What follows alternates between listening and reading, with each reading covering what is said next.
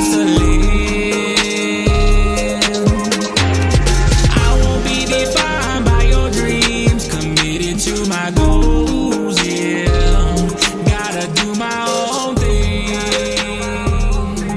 keep up the hustling. Hi, welcome to Hustleburg. This podcast is all about small business in St. Petersburg, Florida. How the business owners got started, how they built their business, and how they serve our community. I'm Brett Bittner, and I'm the host of Hustleburg, and I started Beyond Your Side Hustle, a marketing firm where we help budding entrepreneurs go beyond their side hustles and ditch their 9-to-5s. As the founder of a small business here in St. Pete myself, I love meeting and talking with fellow small business owners. Lucky for you, I also like to record those conversations for you to listen to. If you find anything of value in this episode, I encourage you to subscribe to the podcast, because there are probably more nuggets in other episodes, both past and upcoming. It would also be great if you rate and review the episode to let us know what you got out of the conversation. If you have a question about marketing, building your brand, or operating your small business that you'd like to have answered on a Q&A episode, please visit beyondyoursidehustle.com/podcast question to submit it. For this Q&A episode, I have a real treat for you guys. We're going to be talking about the journey of going beyond a side hustle to making a full-fledged business. And it's not just going to be me that you're hearing from today. We're actually going to be talking with Tony Johnson from Ignite Your Service. Tony Johnson is an award-winning keynote speaker and a customer experience strategist. He's the founder of Ignite Your Service Training and Consulting. He, like me, has a background in a lot of different areas, but specifically in hospitality and frontline leadership. He currently lives here in Florida with his wife, Melissa.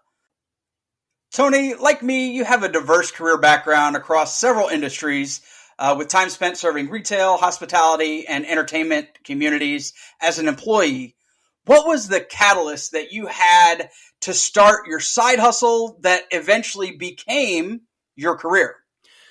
Well, Brett, it's great to be here today, and I'm so happy that you asked that question as a kickoff, because I think the catalyst for me was so much what I think it is for many entrepreneurs, and that is, giving away everything you've got to a company and losing possession's the wrong word, but losing touch with everything you're creating. And so for me, it really was about having this opportunity to scale what I was doing and what I was working on past the organization I was working for at the moment out into the wider universe. And when it finally hit me like a thunderbolt that I really wanted to do this, I was working as a customer experience officer for a large company. And I thought, I would love to take my passion for growing business, for leading teams, for teaching, and for coaching, and offer it out into so many of the small and medium-sized businesses that maybe don't have those kind of platforms to fall back on, because everyone loves to poke fun at the big companies. But the one thing they all have is systems and processes, and it makes them very successful. And so that was something, having a lot of family members who run small and medium-sized businesses, that chance to give back, that chance to help them get that leg up on the competition, simply because they could then have a customer experience platform that they could use. And every really great company has the tenets and pieces of really great customer experience. And that was what I wanted to make sure I had the chance to share, whether it was an off-the-shelf program or whether it was something that was developed in a custom way for that organization, to be able to look and say, we have a customer experience strategy. And that was the catalyst for me, was to give those organizations that next push they needed to grow. Now, you didn't make the leap straight from being employed as that customer experience officer to being a business owner. You took the side hustle and the transition. Dave Ramsey describes that as moving the boat closer to the dock before you take that leap. What was that transition like as you really got closer, as you went from side hustle to, okay, this is really what I'm doing. Okay, this is all that I'm doing. Tell the Hustleburg community what that was like for you, because there are a lot of folks that are looking to have some inspiration when they're still drudging through that 9-to-5 and they're building that side hustle. Well, and that's, I think, the biggest thing everyone needs to sort of look at is, if you're making a decent wage or a decent salary of what you're doing, it's easy to get addicted to the paycheck. We've all been there. It happens to everybody. And so you have to ask yourself then at that point, what do you need to, to survive, to live on, to thrive, to live a life you're going to be happy with, and then start to work toward that. It doesn't happen overnight, especially if you're working in, consulting or keynote speaking or really even selling widgets. You're probably not going to step out on the ledge and be making exactly perhaps what you were in your day job, but understanding the fact that you can start to build that cumulative effect. You can start to save up. You can start to minimize your lifestyle for a minute if you need to, but you can also start to grow your business and making sure that you're getting to a point where, gosh, you know what, I'm at my ideal level of revenue. Now I can take that step. And that's the beauty of having a day job while you're working on your side hustle. So long as you get good at balancing the two, and that's really important that you do that, you can then scale up. And then once I got to a point where I said, you know what, this is the amount of revenue, these are the amount of clients, this is the amount of work that is ideal for me right now, it was the perfect time to make that leap. But you don't have to worry about it being a hockey stick approach. You can take a much more scalable and sustainable approach and build the kind of clients and customers that you really want to work for and really be passionate about. Because again, you've got your day job to fall back on, and that's fueling your revenue while your side hustle is fueling your dream. Now, with your books, your speaking, and your training, it's clear that you are driven to ignite customer service for your clients and for the community that you serve. Why are you so driven to ignite that customer service for them? Early on, I think we've all had setbacks in our careers. And one of the things that got me was I remember losing a client, early on in my career. And I remember thinking, you know what, I don't want to feel like this anymore. It was one of those times I remember getting called in when I was working a 9-to-5 to be a part of that turnaround adventure. And it didn't work out. And it was heartbreaking. It was crushing. And the one thing I remember is when the clients looked at us and said, you know what, it was customer service that you blew and you never made up for it. And I thought, you know what, we're not going to do that again. And boy, I'll tell you, I thought we put a lot of good work in over the course of the couple of years we were really trying to save this business. It just didn't work out.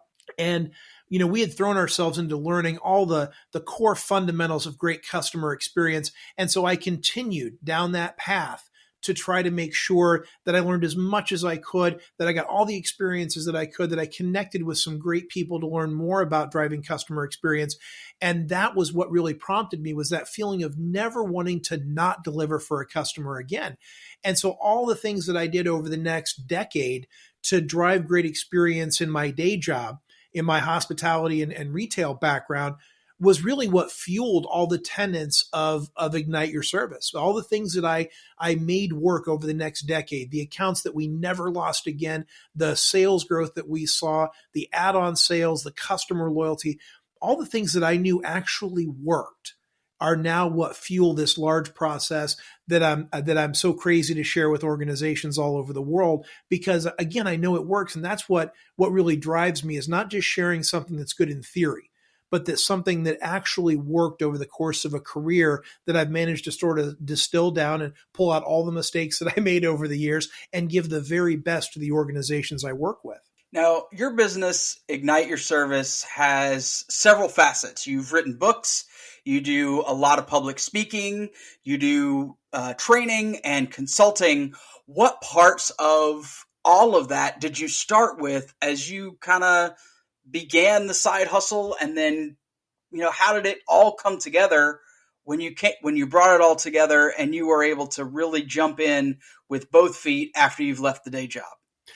So the stuff that was easiest to really get started were the books. So I started with writing a few books. Of course, I put the website up, and really the books, I think, were driven initially by a lot of my articles that I wrote, both on LinkedIn and on the blog. And that was sort of the fuel that got me comfortable thinking about what the audience was looking for, what people responded to, what they wanted more of, what I got the best feedback upon. And that was what fueled me into the books.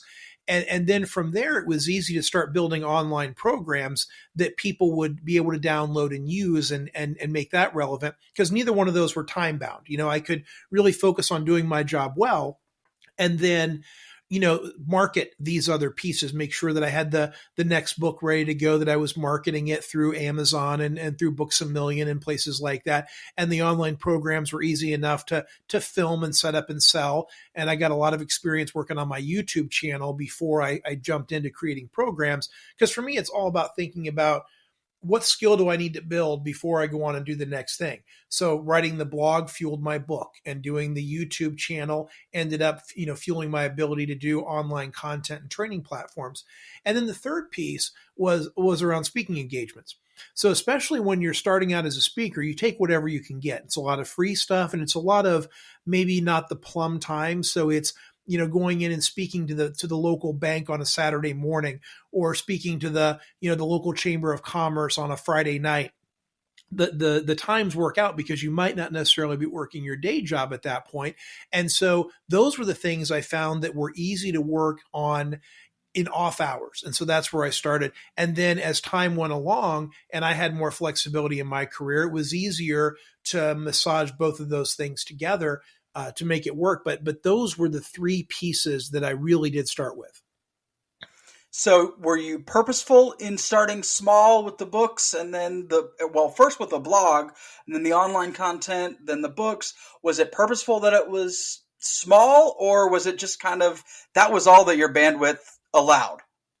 A little of both. So for example, the articles were really just me wanting to get started in blogging, and I wanted to start getting my message out. I wanted to share what I had to say.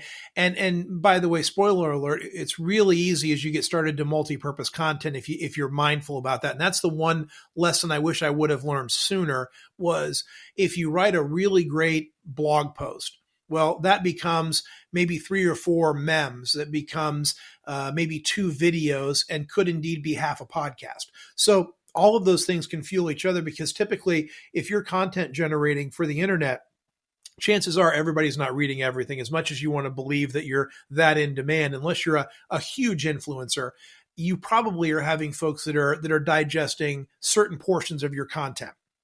So odds are the person who watched your YouTube video probably is not going to listen to your podcast. So it's good because you can actually repurpose content. Now, if you become a big old rock star, maybe you got to be a little more careful with that, because people may be consuming everything you have to offer. But for me, it made sense to do that. And then after I wrote a few blogs for a few years, people came up and said, you should write a book. And I thought, well, I always wanted to write a book, and I was a journalism major in college. So that was the next evolution of that.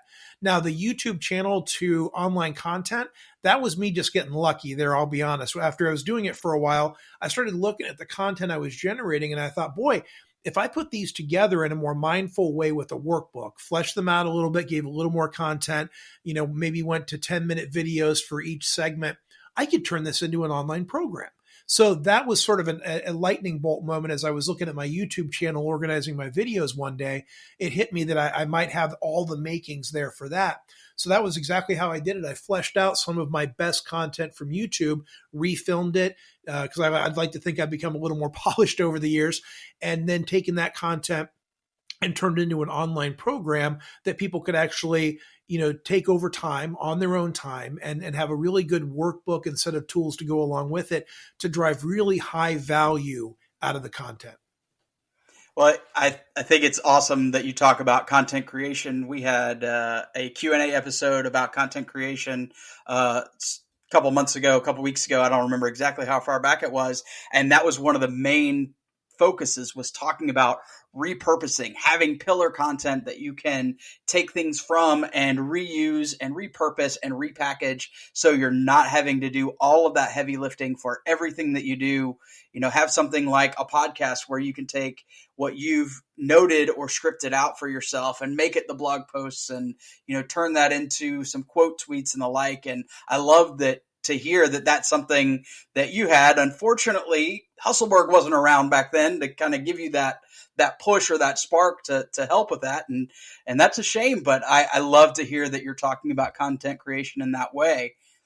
So was there a moment when you knew that you were going to be able to fully engage with your business and truly go beyond your side hustle to make Ignite Your Service what you do? Was it like a switch, or was it, just turning up the dimmer? Was it an off on, or, just kind of very transitional. Yeah, for me, I never necessarily had one of those, big old Steve Jobs moments where it totally just came to fruition, with a thundercloud and music and the clouds part. And I never had that, right? So I guess my life's not so dramatic. I didn't live in an Aaron Sorkin drama. But what I did have was that ramp up that I talked about earlier. So again, it wasn't the hockey stick approach. It was the gradual, slow generation of content, of revenue, of gravitas in the area. And all of a sudden, things just started to click slowly over time. And it was, for someone like me who really makes his living off content creation and intellectual property, it becomes when you start getting called into all the articles and people want to have you on their podcasts and people want to quote you when they're writing a journal entry. And when I was getting companies reaching out that do customer experience to get my take on things, I started to think, you know what? I'm finally starting to make some progress with my messaging, because my messaging is a little bit different. There's scholarly work on customer experience all over the place that I highly value and I think is fantastic. But I also like to bring a little bit of that sort of guerrilla marketing approach where I've done this. I've been in the trenches. I know what works and what doesn't. I have, if you've ever had a customer scream at you, right? If you've never had people duck out of a restaurant without paying, if you've never had a client, yell at you and fire you on the spot, you may not quite be able to understand how to really drive great customer experiences. And that, I think, is what I try to bring to all the clients I work with, is this sense of reality. Yes, we're going to talk about the what, we're going to talk about the why, but there is going to be a whole lot of how inside of that. And that's where a lot of folks, I don't think, deliver enough for their clients, because theory is great, but how do you get that to the very frontline employee that's the face of your organization? And when I started having people asking me those kind of questions, I knew that my messaging, which is, again, a little different, a little grittier, a little more grassroots and based in real life operations, I knew that message was getting out there and that people thought it had value. And that's when I knew. So a lot of what you do with Ignite Your Service centers around the culture of a company, the employee experience, and delighting customers as a result of having a great environment. How much of that did you build into your own business of what you teach? Yeah, and I don't have a large employee base, but I work with a lot of contractors to help me put together content and those kind of things. I believe in treating people well. And I firmly believe that every organization, if you're listening out there, your customer experience will be driven by your employee experience. So please take good care of your people. And I don't care if they're 1099 contractors. I don't care if there's someone you hired through Canva or Upwork. Take really good care of them. Be polite to them. Be nice to them. They will give you better work. But I also pride myself not just on, in my opinion, being a really great storyteller and someone that I think can bring impactful messages to your organization, either from the stage or in a training room or, divining strategy. But I like to be on time with things. I like to give a little more than you asked for. I like to make sure that if you call me at 7, 8, 9 o'clock at night or on a Saturday afternoon, I'm answering the phone. These are all the things that I insisted upon when I was working in customer facing organizations. And I believe I still am to this day. So everything I talk about, it sort of rings hollow if you don't live it and you don't believe it. And so primarily, I firmly believe in being kind to people, giving them more than they asked for. And if you call me, I am going to be really honest with you about what we can deliver and what it's going to take and how long it's going to take. Because people that overpromise and underdeliver, they've made me crazy my whole working life. And so all of those things that I saw work, when I was in hospitality and retail and those, I believe are still so very important to what I do now. Because if you're going to hire someone to help you with your customer experience, and they don't answer the phone or return your emails promptly or treat you with respect or say thank you for your business or follow up, then is that messaging they're giving you really worth anything? And so if nothing else, I try to live what I talk. I love that. There are so many that can talk, but you don't see as many walking the walk that they talk about. So in your wildest dreams, where are you looking to take Ignite Your Service, and what is it going to take to get you there? Well, it's an interesting question. My dreams change pretty rapidly, but my goal is to scale this into a larger organization doing the same thing. So helping people, define their customer strategy with the core tenets of our customer journey mapping. That's a proprietary process for us, our steps of service and our service recovery. So all of the pieces we have in our bag of tricks in our platform and the Ignite Your Service platform, continuing to scale that.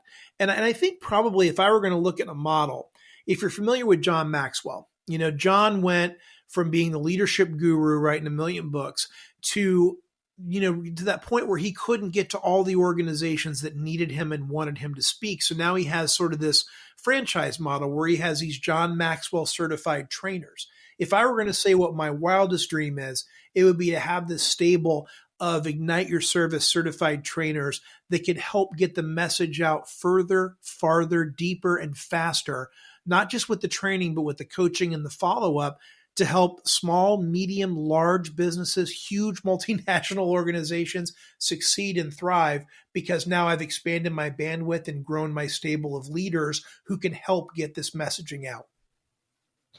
Now, for those who are listening who may be a few steps behind you in the process, maybe they still have one foot in their day job and one foot in their side hustle, what would you say to them based on what you've experienced thus far in your journey?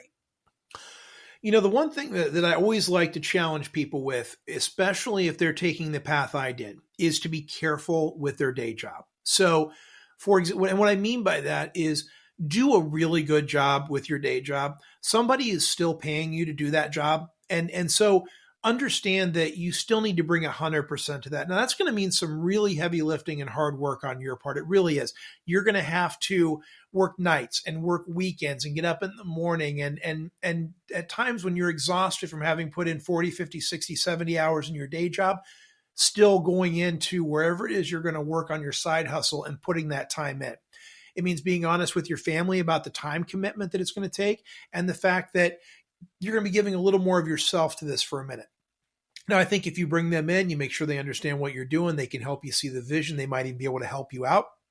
In fact, my wife was a huge help in doing a lot of different things with me as I was, converting my side hustle to my main hustle. She was great at helping me proofread articles, for example, and giving me feedback on content and telling me when I look stupid in a picture. That's her superpower, by the way. But my point being is you've got to be great at your job because you don't want to do anything halfway because A, someone's paying you for that job, but also you may find references. You may find people that want to book you someday because people are moving and leaving organizations all the time. Do you want to do a bad job in front of an executive that moves on to another organization but chooses not to hire you because they saw you were doing a halfway job when they knew you in your day job?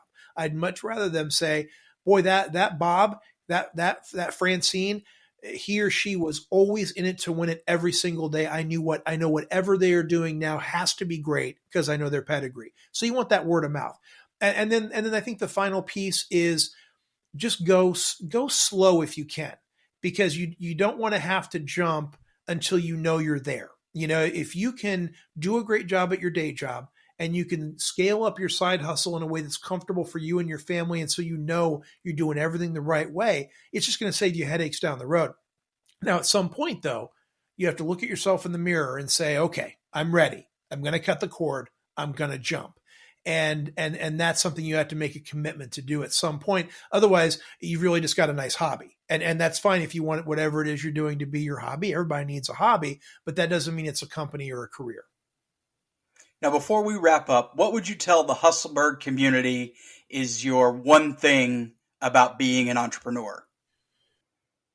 The one thing about being an entrepreneur, and I don't know if it was Mark Cuban or Lori Grenier I heard say this on Shark Tank, but they said that, the one thing about an entrepreneur is they're the only folks who'll work 100 hours a week to avoid working 40 hours a week. And so I always thought that was kind of telling because it does take a lot of work to get to the point where you can step off that ledge and launch your business. But if you've done all your homework and you've got something that works and you believe in it, then believe in it 100% and go get it. Because believing in something 50%, 40%, or 30% is not really a recipe for success. Now, Tony, where can people find out more about Ignite Your Service? Well, I would love it if folks would visit igniteyourservice.com. And I will tell you, I actually have a free masterclass on there on employee journey. You don't have to put in so much as an email address to get it.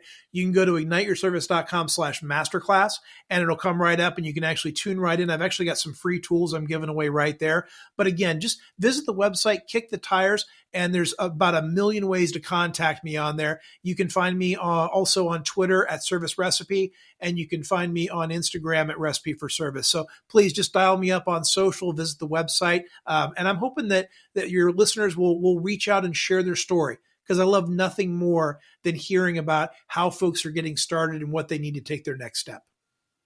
Tony, thank you so much for joining me today and sharing your story as you built a side hustle and then went beyond it. That's an awesome thing for a lot of the folks in the Hustleburg community to hear. Well, it was so great to be here, and thank you very much for having me on the show today. You did it. You just listened to Hustleburg. To thank you for listening, we're helping you reach ideal engagement on any social media platform in a 3-week training available at beyondyoursidehustle.com/3 weeks. See how you can change your feed to serve you, start engaging on social the right way, and create a community around you and your business. Speaking of businesses, if you're a small business owner in St. Pete and you'd like to be a guest on an episode of the podcast, let us know at beyondyoursidehustle.com/podcast guest.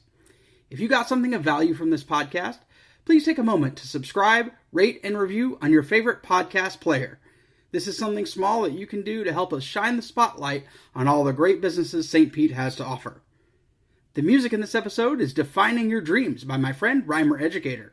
On May 28th, he released a mixtape entitled Quentin Quarantino about loneliness during the COVID-19 pandemic, and I encourage you to check it out on Spotify, iTunes, or wherever you listen to great music. Thanks so much for listening, and we look forward to sharing with you how we do business in the Burg.